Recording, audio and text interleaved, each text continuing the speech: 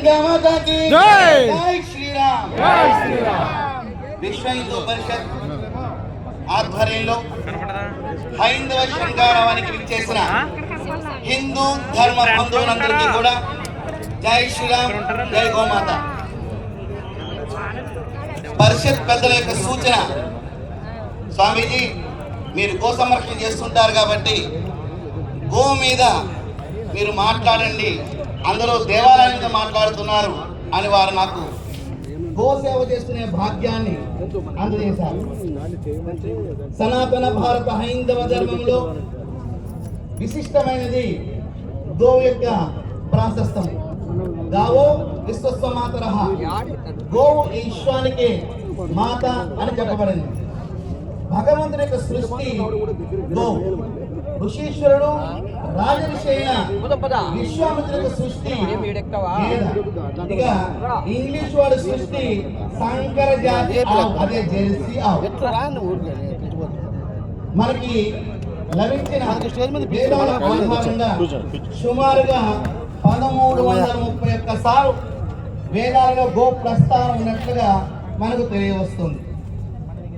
క్షీరసాగర మదనంలో కామధేను ఉద్భవించి తాను నందినిగా, బహుళగా, సుభద్రగా, సుశీలగా మరియు సురభిగా పంచగోవులుగా మారి సనాతన భారత హైందవ ధర్మంలో మానవుడి యొక్క మనుగడ కోసం భగవంతుని యొక్క ఆజ్ఞచే ఆ కామధేనువే ఈ భూమి మీద గోమాతగా జన్మించి మనకు అనుగ్రహాన్ని ప్రసాదిస్తుంది. మన గృహాలలో గో ప్రవేశాలప్పుడు గోవును ఉపయోగించుకుంటాం, యజ్ఞ యాగాది క్రతువులప్పుడు గోపూజతో ప్రారంభించుకుంటాం, నూతన దైవాల నిర్మాణాలు, పాత దైవాల జీర్ణోద్ధరణప్పుడు కూడా గోవు యొక్క ఆవశ్యకత మనకు ఉంటుంది. ప్రపంచానికే, అందులో భారతదేశానికే ఆధ్యాత్మిక రాజధానిగా చెప్పబడిన మన అయోధ్యలో రామాలయం శంకుస్థాపనప్పుడు, బాలరాముడి దివ్య ప్రతిష్టప్పుడు గోపూజను మనం ప్రారంభించుకున్నాం. అటువంటి గోవు యొక్క అనుగ్రహం ఈ విశ్వానికి మూలం. ఇది గోపూజకు సంబంధించింది. ఇక రెండవది గోసేవ. మనకి భారతదేశంలో గ్రామాలే పట్టుకొమ్మలు, రైతే రాదు. ప్రతి ఒక్క గృహంలో కూడా గోవులు పెంచేవారు. తల్లిపాలు బిడ్డకు లేకపోతే ఉమ్మ పాలు ఉన్నాయి కానీ ఆవు పాలని ఆ తల్లికి అందించేవారు గో క్షీరాన్ని. మరి మన రాష్ట్రంలో ఇటు కాణిపాకము, కాళహస్తి, తిరుమల, శ్రీశైలము, మహానంది, మంగళాద్రి క్షేత్రము, దుర్గామల్లేశ్వర దేవస్థానము, వెనుగంచుప్రవులు, ద్వారకా తిరుమల, కనకమహాలక్ష్మి దేవస్థానము, సింహాచలము, అన్నవరము, అరసవల్లి సూర్యనారాయణ దేవస్థానం. ఇన్ని ప్రధానమైన దేవాలయం ఉంటే దేవాలయ కేంద్రంగా గో సంరక్షణ చేసిన బాధ్యత ఉంటే అవన్నీ కూడా సక్రమంగా ఎక్కడ జరగట్లా. గత కొద్ది సంవత్సరాల క్రితం సింహాచల క్షేత్రంలో గోవులు చనిపోయినాయి. అప్పుడు విశ్వ హిందూ పరిషత్ ఆధ్వర్యంలో మేము అక్కడికి ఉద్యమం చేశాం. పాపం ఈవో గారు ఏసీ రూముల్లో ఉంటారు, ఏసీ కాల్లో తిరుగుతుంటారు, ఇంట్లో ఏసీ ఉంటుంది, అక్కడ ఏసీ విమానాల్లో కూడా వెళ్ళిపోతుంటారు. కానీ గోవులకి నీరు నీడ ఉండదు, నీరు కూడా ఉండదు. అక్కడ యుద్ధం చేశాం, పోరాటం చేశాం, గోవులకి ఆచారం ఇచ్చాం, 4 గోవులు అక్కడ వేయించగలిగాం. అంటే సేవ చేయవలసిన ప్రభుత్వం వారు వారి యొక్క బాధ్యతను విస్మరిస్తున్నారు.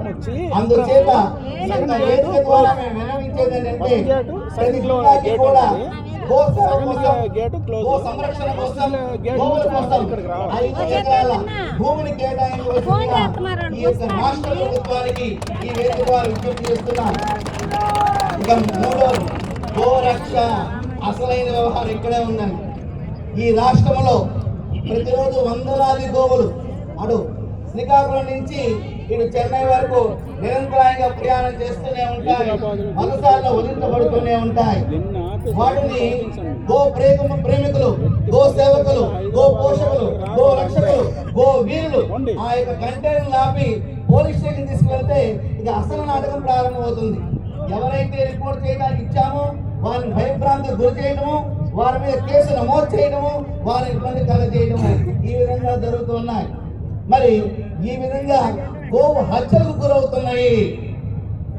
కృతయుగంలో హిరణ్యకశిపుడు, హిరణ్యాక్షుడు, త్రేతాయుగంలో రావణ కుంభకర్ణాదులు, ద్వాపరయుగంలో కంసజరాసంతులు, ఈ కలియుగంలో గోహత్యలు చేసేవారు వీరే రాక్షసులు. అటువంటి గోహత్య చేసినప్పుడు మరి చట్టం, మన రాజ్యాంగం చట్టాన్ని పరిరక్షించవలసిన ప్రభుత్వ విభాగాలను కూడా ఏం చేస్తున్నాయి? ప్రభుత్వం అన్ని విభాగాలు, వెటర్నరీ డాక్టర్ కానించి, పోలీస్ డిపార్ట్మెంట్ వారి కానించి, సంతాన దగ్గర ఉన్న అధికారులు కానించి అందరూ సమిష్టిగా ఒక నిర్ణయాన్ని తీసుకుని సమాజానికి ఒక సందేశాన్ని ఇవ్వాల్సిన బాధ్యత వారి మీద ఉంది. కానీ ఇది జరుగుతుందా అంటే అది ప్రశ్నార్థకంగానే ఉంది. హైందవ సంఘాల ద్వారా ఒక చక్కటి సంకల్పాన్ని మనం చేసుకుందాం. అయోధ్యలో 2012వ సంవత్సరంలో విశ్వ హిందూ పరిషత్ అంతర్జాతీయ అధ్యక్షుడు మాననీయ అశోక్ సింఘాల్ గారి సంకల్పముగా అయోధ్యలో రామయజ్ఞాన్ని చేశారు. 2012వ సంవత్సరంలో కరసేవాపురంలో ఏప్రిల్ మాసం, మే మాసంలో 21 రోజులు బాలరాముల చుట్టూ ప్రదక్షిణ చేస్తూ, పంచకోసి పరిక్రమణ చేస్తూ, ఆ ఎండలో పాదరక్షణ లేకుండా ప్రదక్షిణ చేస్తుంటే వారికి బొబ్బలు వచ్చి, నీరు వచ్చి, అవి చితికి తోలు ఊరి రక్తము ఆ యొక్క నేల మీద అచ్చులుగా పడుతుంటే రామ భక్తితోనూ, రామ నామంతోనూ, రామ జపంతోనూ, రామ సేవతో తన్మయత్వానికి ఉన్నాయి. అక్కడ 3 సందర్భాలు చేస్తాం.